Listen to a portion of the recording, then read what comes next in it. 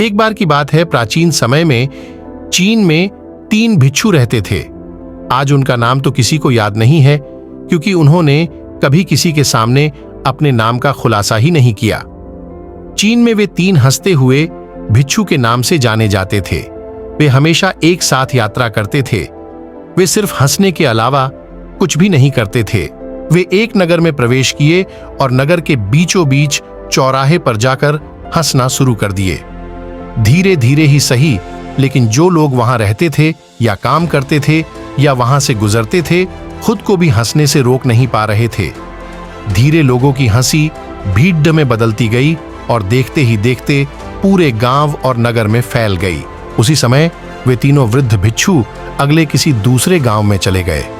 उनकी हंसी ही उनकी प्रार्थना और उनकी सीख थी, क्योंकि वे कभी भी किसी से बात नहीं करते थे। उन्होंने ऐसा माहौल बनाया कि पूरे चीन के लोग उन्हें चाहने लगे।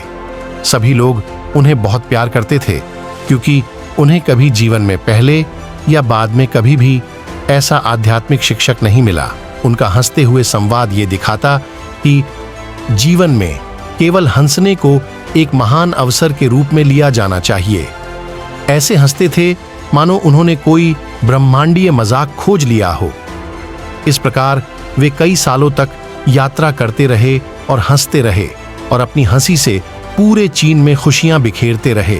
चीन के उत्तरी प्रांत के एक गांव में होने के दौरान उनमें से एक की मृत्यु हो गई। लोग सुनकर चौंक गए और दूर दूर से घर खेत को खाली छोड़कर केवल अन्य 2 भिक्षुओं की इस घटना पर प्रतिक्रिया देखने के लिए भागे हुए आए। वे उनसे दुख दिखाने या रोने की अपेक्षा कर रहे थे और सारा गांव उस स्थान पर आ गया जहां 3 भिक्षु थे, 2 जीवित और 1 मृत। लेकिन शेष 2 भिक्षु और जोर से हंस रहे थे। वे हंस रहे थे और हंसी को रोक नहीं पा रहे थे। कुछ अच्छे लोग जो इस घड़ी में सहायता कर रहे थे, अविश्वास में उनके पास पहुंचे और उनसे पूछा कि वे अपने मृत मित्र के लिए शोक क्यों नहीं कर रहे हैं। एक समय के लिए भिक्षुओं ने जवाब दिया, क्योंकि कल आपके गांव के रास्ते में उसने एक शर्त रखी थी कि हम में से जो अन्य 2 को हराएगा और पहले मर जाएगा, और अब वह जीत गया, वो पुराना खिलाड़ी निकला। उसने एक वसीयतनामा भी तैयार किया था। अंतिम संस्कार की चिता पर रखने से पहले मृतकों को धोने और उनके कपड़े बदलने की परंपरा है, लेकिन पुराने भिक्षुओं ने स्पष्ट रूप से पुराने कपड़े उस पर छोड़ने के लिए कहा था, क्योंकि वह एक दिन से कभी गंदा नहीं हुआ था। मैंने अपनी हंसी के माध्यम से इस दुनिया की किसी भी गंदगी को मुझ तक पहुंचने नहीं दिया, ऐसा उनके वसीयतनामा में कहा गया था।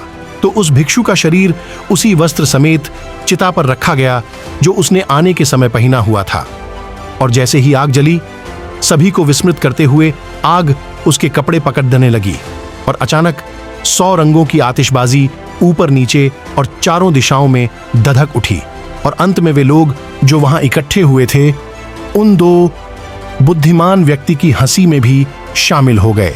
हम जीवन में देखें तो हमारे जीवन में केवल यही कारण हो सकता है कि हम इस धरती पर हैं, इसलिए हम हंस सकते हैं और हंस सकते हैं। आनंद और हंसी का अनुभव करना कभी बंद न करें। इसलिए अगली बार जब आप किसी समस्या का सामना करें तो आईने में देखें और समस्या को हंसी से दूर भगाएं, क्योंकि आपका आनंद ही है जो आपको जीवित बनाता है। धन्यवाद। ऐसी ही मोटिवेशनल वीडियो देखने के लिए हमारे चैनल को सब्सक्राइब कर लें और बेल नोटिफिकेशन ऑल पर जरूर सेट कर लें, ताकि मोटिवेशनल वीडियो आप तक सबसे पहले पहुंच सके। धन्यवाद। मिलते हैं नेक्स्ट वीडियो में। नमो बुद्धाय।